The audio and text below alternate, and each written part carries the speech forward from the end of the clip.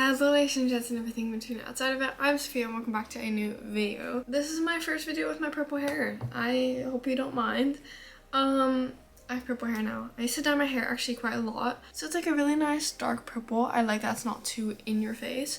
Yeah, today we're just gonna do something very simple. A little what I read in September and a little TBR for October. I'm doing this video in like combined instead of separate because I only really properly finished one book in September and I get it, it's bad, but let me elaborate. I had a school trip, first of all, for 4 days, so I didn't read a lot, and then I had some weekends where I literally just I think I had 2 weekends, like 2 full weekends where I just did not read at all. I was also in a slump because in August, I read so much. I read 14 books in August, which was my highest book, so I think after that, my brain just kind of shut down in terms of like reading, but I'm slowly getting out of that slump, so I'm really excited, and I just hope that October is an okay reading month. It is the month of Halloween.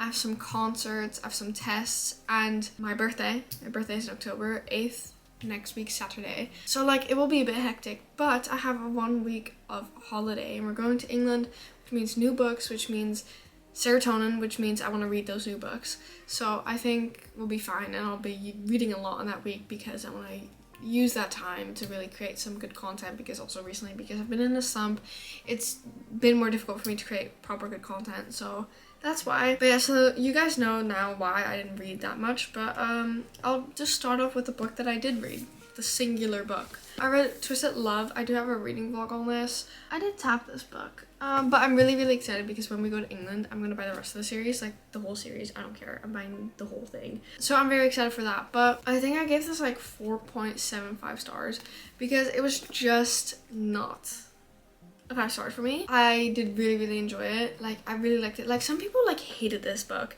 and I don't understand how. Like there was this one person that ripped it like apart on TikTok. Shut up. And I just don't understand why. Like I really like this book. Like I'm very excited to get the rest of the series, and I read this really quickly. Like it was good to read, it was easy to read. I was invested in the relationship. I know it's called Twisted Love, and I knew that there was like some difficulty, but I didn't expect to go that dark. Like there was a whole like other plot line, which I really liked, that it wasn't just about the relationship. It didn't affect their relationship, but it wasn't necessarily about their relationship. And I really liked that because there were just some secrets and stuff and some lies that have been told, and I just really liked that. I thought it was interesting. And then I did DNF one book, and that was Rock Paper Killers. This is literally the worst book I've ever tried to read. The Goodreads ratings are really low. It's like 2.5, and this is one of the only books I kind of bought without looking at Goodreads. And I was like, oh, you know, it's YA, the font is massive. I'll enjoy this. Like, I think this will be fun. No, it was not. It was so boring. All the characters were so flat. Like, I couldn't tell them. Like, I was like halfway. Like, I DNF'd it like a bit over halfway. And I still couldn't like figure out who was who because they were all just so flat. Like, none of them had like, you know, like a personality trait. Like, it was just really boring. And you would think, oh, maybe like somebody dies like a bit like towards like the beginning or like the middle. No, somebody dies at the end of the book. Like I can't be fucked even to care. And they were all like, oh yeah, no, because there was this one creepy girl, but they ended up being friends with them anyway, so she wasn't like weird anymore. And then they started to think that they like heard ghosts and stuff, and I was like, no, I just can't be fucked. I just gave this a 1 star. It has a 2.42 rating. And by the way, this is YA, and I still didn't understand a single fucking thing. It didn't work in my head. I'm really ripping this book apart. I don't want to be negative, so we're gonna go into my TBR for October, I think. Also, I just realized I have 548 followers on Goodreads. Hello, that's so good. Hashtag go follow me. Link in the description. Just go follow me and everything, really. I kind of need to piss, to be really honest. So I have a little pile of physical books that I want to read, but then obviously I have I think 2 books I don't have yet, but I'm gonna be getting in England. But we'll just start with the physical ones that I have. So funny enough, I think only like 2 of these are on my fall TBR. I don't listen to my own TBR, it's really bad, but like you guys like watching them and like stuff, and I quite like having a TBR because then if I don't know what to read, I can look at it, but I always choose just something else because my brain just likes that for some reason. The first book that I want to read in October is Yesterday. I got this the last time I was in England. This just looked really interesting because it sounded like a combination of two of my favorite books. So they find the body of your husband's mistress, and they obviously think that your husband killed her because that's like often what is happening, but you just can't remember, like she can't remember what happened yesterday, so she can only rely on her like on her diary. But like, how reliable is your diary? Like somebody could fake that, or like, I don't know, but I think that's really interesting. And it says mind bending. But yeah, this also had like an average rating on like Goodreads, but the font is pretty small, so that kind of hurts my head. But I've just been in the mood for a bit more thrillers now, so I thought this might not be a bad idea to put on my TBR. Oh my god, there's a girl in here named Sophia, and you spell it like literally like my name. There's literally a Sophia, like literally. Wait, is Sophia the main character? Oh my god, Sophia's the main character. Oh my god, that's so cool. Oh my god, that is really cool. Okay, sorry, I got a bit like distracted with that one because it has my name in it. Like same spelling, everything. Then the next book I want to read is Dark Places, and this is from the author of Gone Girl. And the only reason this is on my TBR for this month, it is in my, I think, autumn TBR, because I literally saw somebody post something on TikTok, and it was about her like masturbating in biology. I don't know, and I know it's not that type of book, but still, I was just like, what the actual fuck? Oh my god, I literally just read something. He had an erection, bro. What is this book? It's basically about this girl that had evidence when she was 7 years old to put her 15-year-old brother behind bars, like into prison, because I think he like did something to like their family or so. And now it's like a shit ton of years later, and now she's like, oh, like, is that, like, she's like questioning herself, like, oh, is that really what I saw? Is that really what I witnessed? I started this once and I got like 20 pages in, but it was like the smaller version, like it was like this big. It also had the movie poster on it, which I didn't love. And then my mom found this for literally €1 at a secondhand bookstore, so she bought it with me for me, which is very, very nice. So yeah, and there's also a movie, so let me know if I should do a little compare and contrast video on that. I will probably watch it anyway because I do think it's interesting. Then the other book that I want to read is Soulmate Equation. So this is a bit more of a cheery book, a bit more happy. But yeah, I also bought this last time I was in England, and it just feels like really like easy and breezy and just light.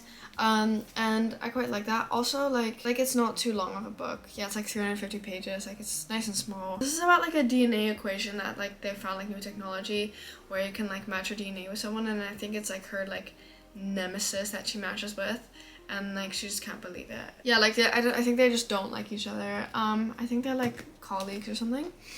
But that sounds just really, really cute, and I feel like this is just gonna be like an easy, nice, quick read. And I felt like with all these heavy books in my TBR, I needed at least like a few more lighthearted books, and like they'll come later, but this is definitely one of them. And then the last physical book that I have that I want to read is this book that I've just been eyeing like the past like weeks, and that is Pop Goes the Weasel.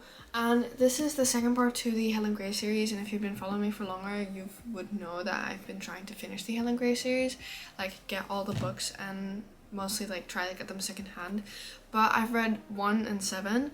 I started with 7 and I realized it's a series, but this is number 2, and I just love the writing of the author.